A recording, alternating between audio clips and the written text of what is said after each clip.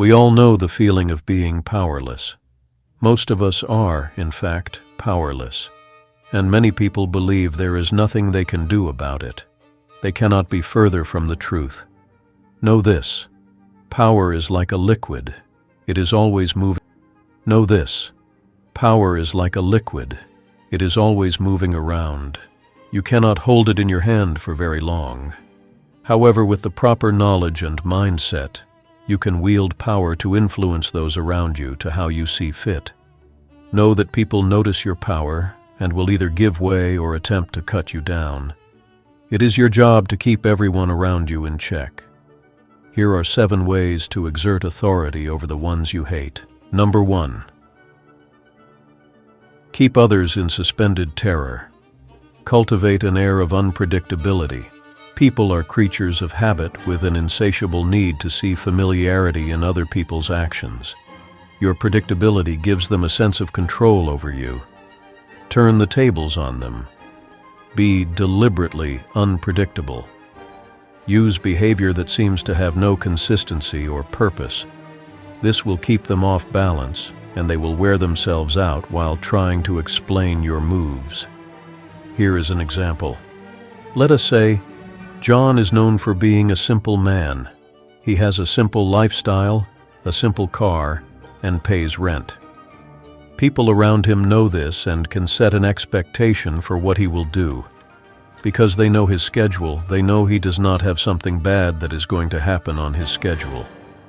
What these people failed to plan for was if John arbitrarily decided to drastically change his lifestyle. His enemies assume he is going through an existential crisis. But then the next day, John does something that is drastically different from the day before. Now his enemies are befuddled. They may even believe John might snap.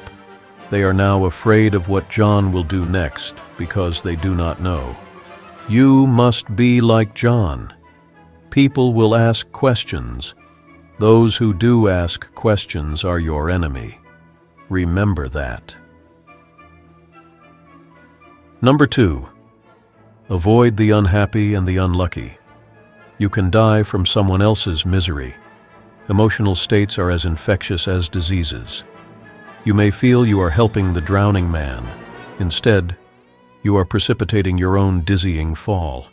The unfortunate sometimes draw misfortune on themselves, and they will also draw it on you. You must avoid the unhappy and the unlucky people like the plague. Picture a young couple. They love each other and cannot leave their lover's side. They begin to stray away from their responsibilities. Soon enough, they are behind on bills, they are ignoring their friends and families, and they have isolated themselves from the outside world. You must avoid these two. If you try to help them, let's say financially, they will ruin you and then hate you. In their eyes and the world's eyes, you caused their downfall. You must let them suffer. Be involved with the happy and the fortunate. If you want a real-world example, just ask the YouTuber, Magic of Rahat. Number 3. Be royal in your own fashion. Act like a king to be treated like one. The way you carry yourself will determine how you are treated. In the long run, if you appear to be vulgar or common, people will disrespect you. A king respects himself and inspires the same sentiment in others. By acting regally and confident in your powers, you make yourself seem destined to wear a crown. Know this: do not act like a self-entitled Karen.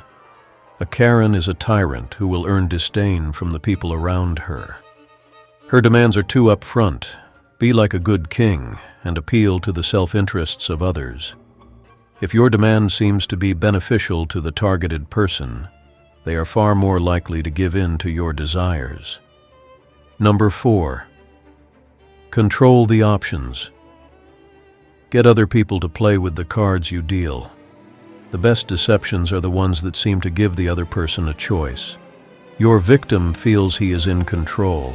However, he is actually your puppet. Give people options that come out in your favor, whichever one they choose.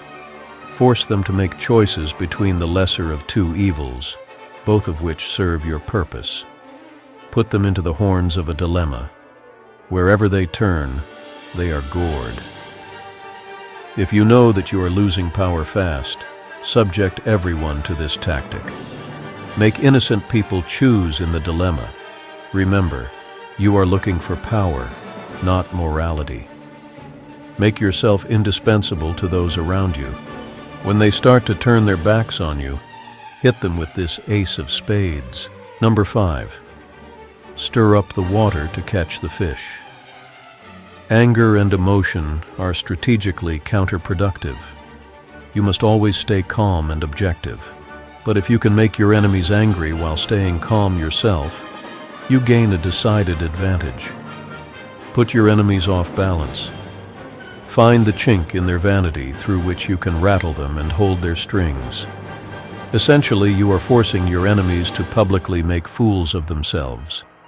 But there is a bonus in this tactic. You will cause them to make a decision that is based on pure emotion rather than rationality.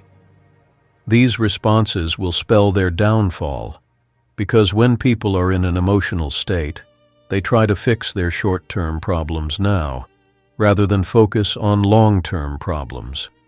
Because they are in an emotional state, they will never see this logically. Force them to make foolish choices. Number 6. Make people come to you. Use bait if necessary. When you force the other person to act, you are the one in control. It is always better to make your opponent come to you, abandoning his plans in the process. Lure him in with fabulous gains, and then attack. You hold the cards. There are people who will rival you. They have the potential to be far better than you if you let them. Know this: do not let your guard down. You must get rid of them before they become a threat. Before they perceive you as a threat, you must lure them in and destroy them. I am not encouraging illegal activity, but removing them from the game is behooved. It is best to make them choose to leave. Number 7. Never put too much trust in friends. Learn to use enemies. Be wary of friends. They will betray you more quickly, for they are more easily aroused by envy. They also become spoiled and tyrannical. But hire a former enemy, and he will be more loyal than a friend because he has more to prove. In fact, you have more to fear from friends than your enemies. If you have no enemies, find a way to make them. If your boss at work hates you and makes it known, you can trust him more than the boss who seemingly is always nice to you. Know this: people who are envious often hide the truth from those they envy. But those who hate you for other reasons are more likely to truthfully verbalize this with you. Use the angry boss.